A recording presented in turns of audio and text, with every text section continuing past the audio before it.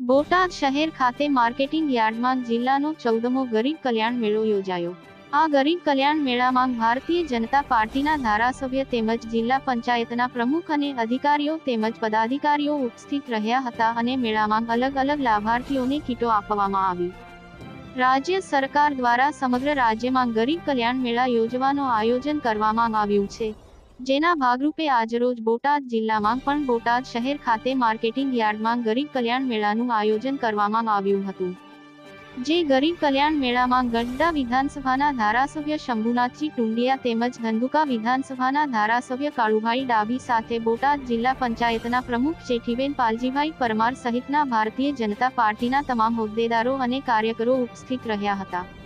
આ સાથે જ જિલ્લાના તમામ અધિકારીઓ તેમજ પદાધિકારીઓ પણ આ ગરીબ કલ્યાણ મેળામાં ઉપસ્થિત રહ્યા હતા અને અલગ અલગ પ્રકારના લાભાર્થીઓને કીટ વિતરણ કરવામાં આવી હતી।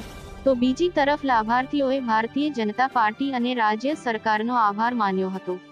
આજના દિવસે અહીં બોટાદ ખાતે જિલ્લા કક્ષાનો ગરીબ કલ્યાણ મેળાનું આયોજન રાજ્ય સરકારના અભિગમ મુજબ માનનીય જિલ્લા વિકાસ અધિકારી શ્રીની ઉપસ્થિતિમાં જિલ્લા પંચાયતના અધ્યક્ષા બેન જેઠીબેનની અધ્યક્ષતાની અંદર આજનો આ કાર્યક્રમ સંપન્ન થયો છે।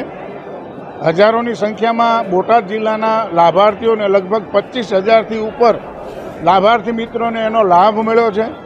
કરોડોની રકમ અલગ અલગ યોજનાઓના સહાયના માધ્યમથી આપણે લાભાર્થી મિત્રોને આજે આપવામાં સફળ રહ્યા છીએ, ત્યારે જિલ્લાના સૌ લાભાર્થી મિત્રોને ખૂબ ખૂબ અભિનંદન સાથે આજે ગરીબી ઉન્મૂલનના કાર્યક્રમમાં રાજ્ય સરકાર, રાજ્યના માનનીય મૃદુ મુખ્યમંત્રી આદરણીય ભૂપેન્દ્રભાઈ પટેલની વડપણ હેઠળ ચાલતી રાજ્ય સરકારે જે ગરીબ કલ્યાણ મેળા સંપન્ન કર્યા છે, રાજ્યભરમાં દરેક જિલ્લાઓમાં આજે આ કાર્યક્રમ થયા છે, ત્યારે સૌ લાભાર્થીઓને લાખ લાખ શુભેચ્છા અને અભિનંદન।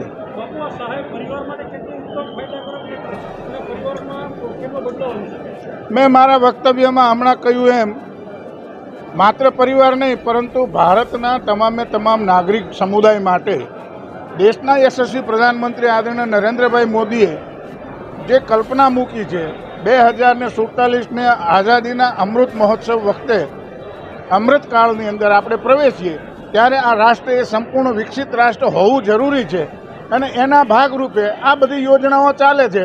એમાં ગરીબી ઉન્મૂલનનો જે અમારો કાર્યક્રમ છે, રાજ્ય સરકાર અને કેન્દ્ર સરકાર બંનેનો મક્કમ નિર્ધાર છે કે આને ગોલ સુધી પહોંચાડવું અને તમામ લાભાર્થીઓને લાભો આપવો।